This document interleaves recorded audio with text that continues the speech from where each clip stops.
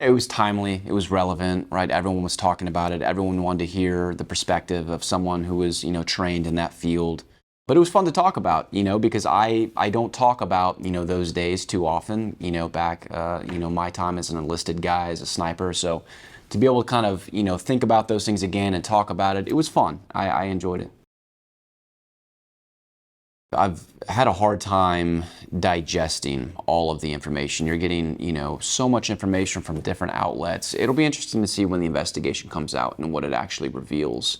Some of the pitfalls of the preparation and, what they did that day to protect former President Trump.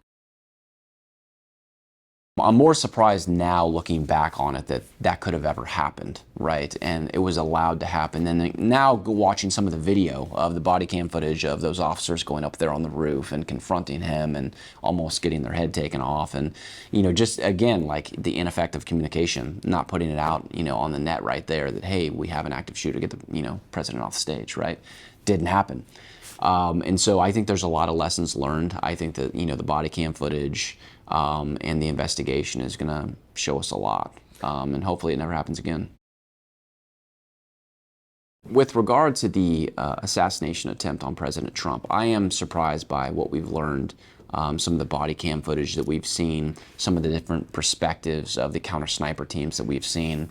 Surprised, by the fact that it could have happened and did happen.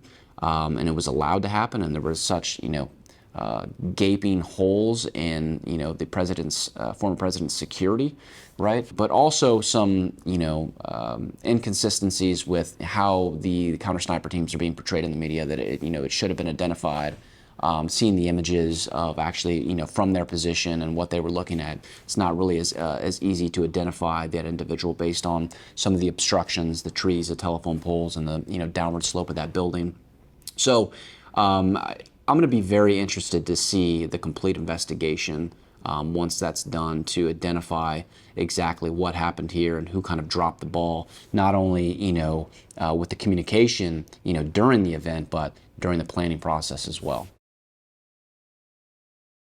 When I hear all the pundits talking about something like this, I kind of just roll my eyes and just, they have no idea what they're talking about. They've never been there. They've never been, on glass, protecting someone in a potentially deadly event like that. So I don't give those folks a whole lot of credence. Folks that have actually been there in combat and they're sharing their perspective, I'll listen to them and hear them out and hear their analysis. And there's a lot of good analysis that came out after the attempt. But I don't get too riled up from, the pundits on either side, saying that this should have been done or that should have been done. And some of that's true. But at the end of the day, they don't know what they're talking about. I think it'd be very difficult for someone to try and pull this off again, because the Secret Service, their leadership, their planners, their tactical folks on the ground, they're always going to be watching for something like this. And they already were, right? I think that, they just need to dedicate more resources to former presidents, likely, because this probably would have never happened if it was, President Biden out there speaking. You would have had more resources on the ground, and that probably would have been covered. But they're going to have to dedicate more resources, and they're going to have better communication with state and local law enforcement to ensure that something is never, they don't drop the ball like this in the future. But then also, if something is happening and there is some sort of active shooter situation, that they can better communicate and protect the president or former president. I think that, reaching out to folks that I know in that community made me really miss it. And talking about it made me miss it and miss that job and miss that lifestyle. However, I don't miss this aspect to where, the reality of the job, which is it's very boring. You're on glass all day. You're scanning all day, extremely, diligent all day. And 99.9% of the time, nothing is ever going to happen, right?